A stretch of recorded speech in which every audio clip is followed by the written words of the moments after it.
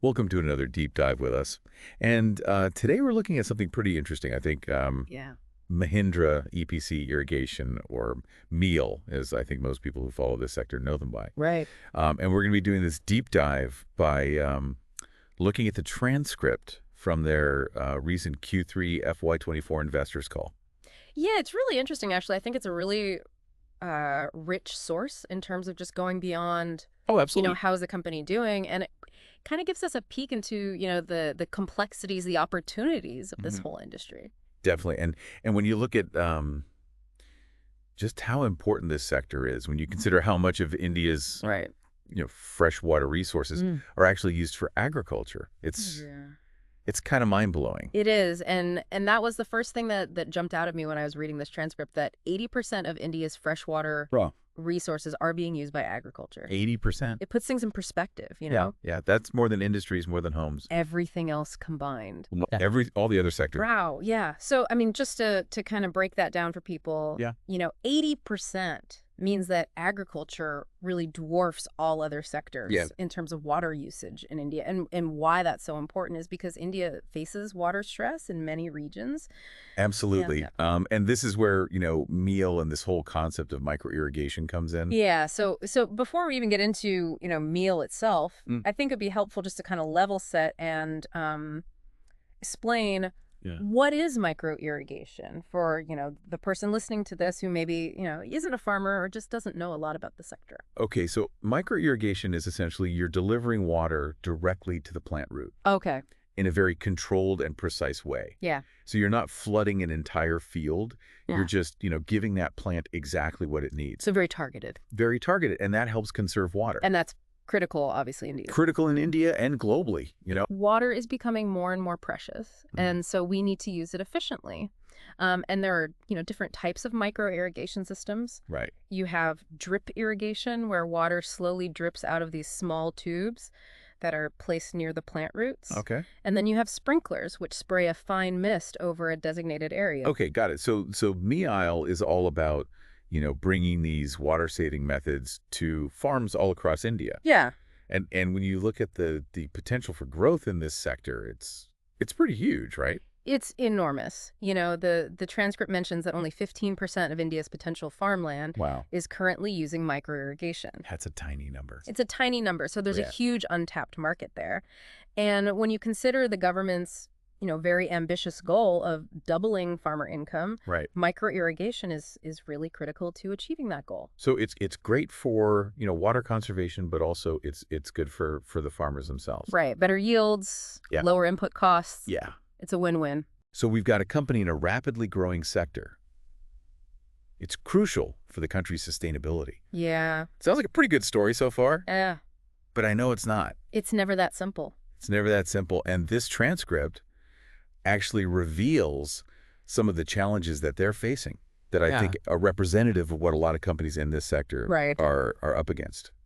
So let's talk about, first of all, the new MD, this transcript, introduced us to Ramesh Ramachandran, Right. the new managing director of MEAL. Yeah. What's his background? What could this signal about where the company is headed? Well, he comes from a background in farm equipment and precision farming startups. So Interesting. that already suggests to me a focus on technology and innovation. Right. So I'm interested to see how he, kind of leverages that expertise in this sector. Yeah, and I think that's something we're going to definitely be digging into more. Absolutely. But what about some of the big roadblocks that they're facing? You mentioned some of the challenges that actually go beyond just MEAL Right. itself. So one of the biggest issues I think that is highlighted in the transcript is this unpredictable nature of government funding. Oh, yeah, that's always a big one. It's a big one. These micro irrigation projects often rely heavily on government subsidies, Yeah. government schemes, and any delays or changes in those policies create a lot of uncertainty. Makes it hard to plan. Really hard to plan. And of course, you have the infamous Indian bureaucracy. Oh, you can't forget about that. You can't forget about that. And that's another big one, just navigating those hurdles, securing permits, dealing with regulatory delays. It all adds up. It adds up and it can impact profitability. Right. So, external factors, Yeah. government funding, bureaucratic red tape, Yeah. those are clearly causing some headaches for meal. Right. But how are they actually doing business-wise? Well, the transcript gives us sort of a mixed bag when it comes to Meal's recent performance, Gotcha. financially. Yeah, let's break that down. Mhm. So they are seeing revenue growth, but their margins are still quite thin. Why is that? Well, it's a combination of factors. Fluctuating raw material prices Yeah. have been a pain point for the industry as a whole, Right. and Meal is no exception. However, the transcript does mention that they have managed to lower costs through better sourcing strategies. Okay, so they're working on that. They're working on it. What else stood out to you about their current performance?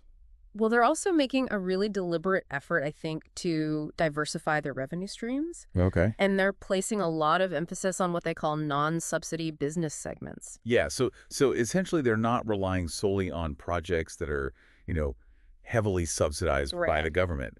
They're venturing into areas like, partnering with institutions, tapping into open markets, Exactly. working directly with farmer groups, even exploring some export opportunities. Yeah, and that's crucial. It seems like a smart move. It is a smart move for long-term stability Right.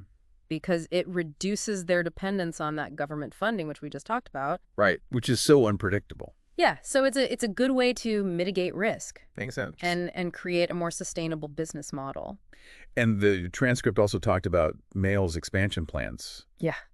So Yeah. they're venturing into some new territories? New territories, Uttar Pradesh, Uttar Pradesh. Rajasthan, West Bengal. Okay, yeah. And these states have huge agricultural potential Absolutely. and, importantly, a much lower penetration of micro-irrigation Oh, yeah. compared to some other parts of India. Okay. So strategically, it makes a lot of sense. So they're working on strengthening their position in the existing markets while Correct. also tapping into these new areas. Exactly. So it seems like they're playing a pretty smart game here. But I'm curious, how are investors reacting to all of this? Well, I don't think they're, completely thrilled, to be honest. Yeah. They had some pretty pointed questions. Right. And you can tell they're feeling the pressure, To see those results. to see those results. Yeah. And we talk about the potential of micro-irrigation, but are investors actually seeing, the potential translate into returns for meal? That seems to be the big question. They're expressing some frustration, I think, with the slow growth that the company has seen Yeah. over the past few years. And, we have to remember that the backdrop here is a market that is ripe for expansion. Right. So the question from these investors seems to be, why isn't Meal capturing more of that market share? Right. It's interesting. We've laid out all these potential advantages, but they still seem to be struggling to really take off. Exactly. And I think to understand why you have to look beyond those external challenges that we Right. talked about earlier and, maybe dig a little deeper into some of Meal's internal strategies. Okay. One thing that really stood out to me in the transcript was the discussion around their reliance on that subsidy market. Right. It's understandable given how government support often drives the adoption of micro-irrigation, Yep. but it also makes them vulnerable. In what way? Well, because if those subsidies change or get delayed, Right. their whole business plan could be thrown off. So putting all your eggs in one basket. Exactly. And it doesn't give them a lot of flexibility. Right. And of course, the investors pick up on this. Yeah. They want to see, a more robust, a more sustainable approach Okay. that isn't so susceptible to, Yeah. these policy shifts. So that's where the push towards those non-subsidy segments comes in. Right. It's like building a safety net. Exactly. By diversifying, into those areas like institutions, open markets, farmer groups, they're creating multiple revenue streams that are less reliant on that government support. And potentially higher margins. Potentially higher margins in the long run. Okay, so that's a really interesting strategy. I'm also curious about the whole digitization piece. Yeah. That really stood out to me in this transcript. It seems like they're not just, installing pipes and sprinklers anymore. They're really bringing some serious technology into the mix. It's true. And I think, what makes Miel interesting is they seem to understand that the future of agriculture, Yeah. especially when it comes to irrigation, is going to be intertwined with technology. Right. And, the transcript mentions their investment in precision irrigation solutions. So I'm guessing that's a lot more sophisticated than just, turning on a tap. A lot more sophisticated. Precision irrigation uses sensors, data analytics, even AI Wow. to tailor water delivery to the very specific needs. So every drop counts. Every drop counts.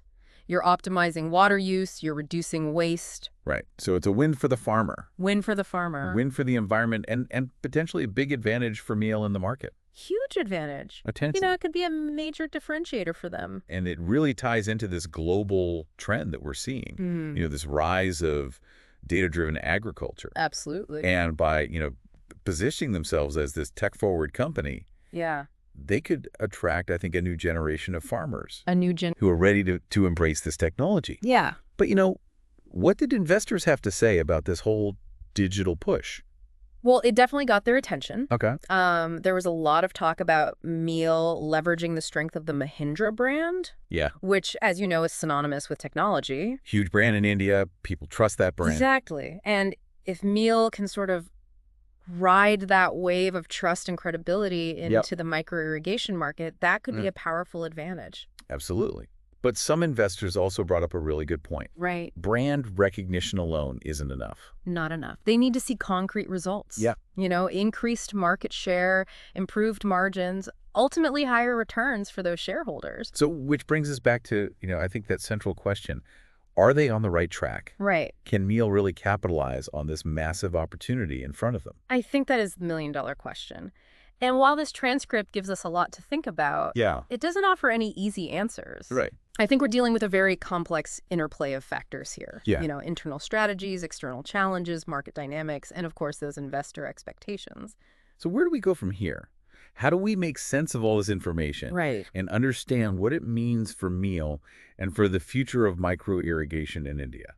Well, I think it's helpful maybe to look at Meal's situation as kind of a microcosm of the larger micro-irrigation landscape in India. Okay. The challenges they're facing, the bureaucratic hurdles, the funding uncertainties, the investor pressure.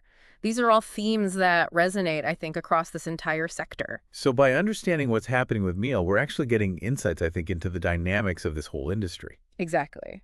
And it's an industry that holds immense significance, not just for India's agricultural productivity, but for its overall sustainability. Right. And we can't forget that statistic that we talked about at the very beginning, that 80% of India's freshwater resources are going to agriculture. It's huge. It really highlights, I think, the need for, efficient irrigation and why that's so important. Yeah, it's not just about boosting crop yields. It's about responsible resource management in a country that's facing increasing water scarcity. Absolutely. And that's why the growth potential of micro-irrigation in India is so enormous. Yeah. It's a solution that addresses multiple challenges simultaneously. Absolutely. It helps conserve water, improve farm incomes, and really contribute to a more sustainable agricultural model in the country. Yeah.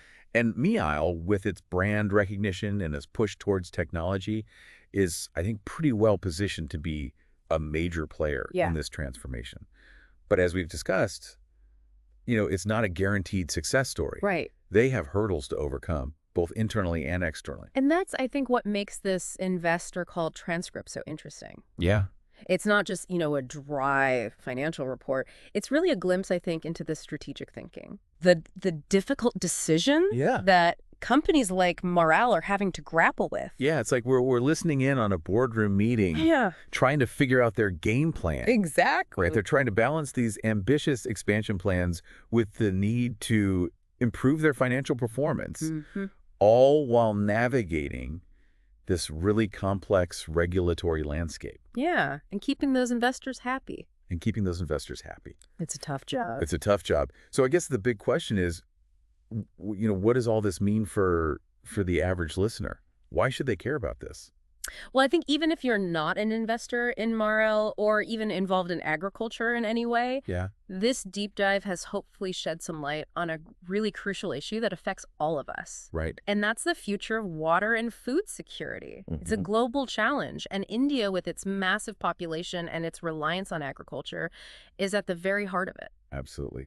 Well, it's been fascinating to explore this topic through the lens of Marel's investor call. It has. We've gone from what could have been a very dry transcript to a much broader conversation, I think, about innovation sustainability and the complexities of doing business in a rapidly changing world. And I think it underscores the power of these deep dives. Yeah.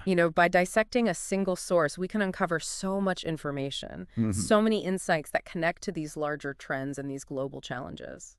Well, this has been a truly insightful journey. Thank you so much for guiding us through this. My pleasure. And to our listeners, we encourage you to continue exploring this topic. If you're curious to learn more, check out some of the resources mentioned in Mail's transcript. You know, information on the government's vision for agriculture, the latest advancements in micro-irrigation technology, or even Mail's own company website. There's a whole world of knowledge out there waiting to be discovered. Until next time, keep diving.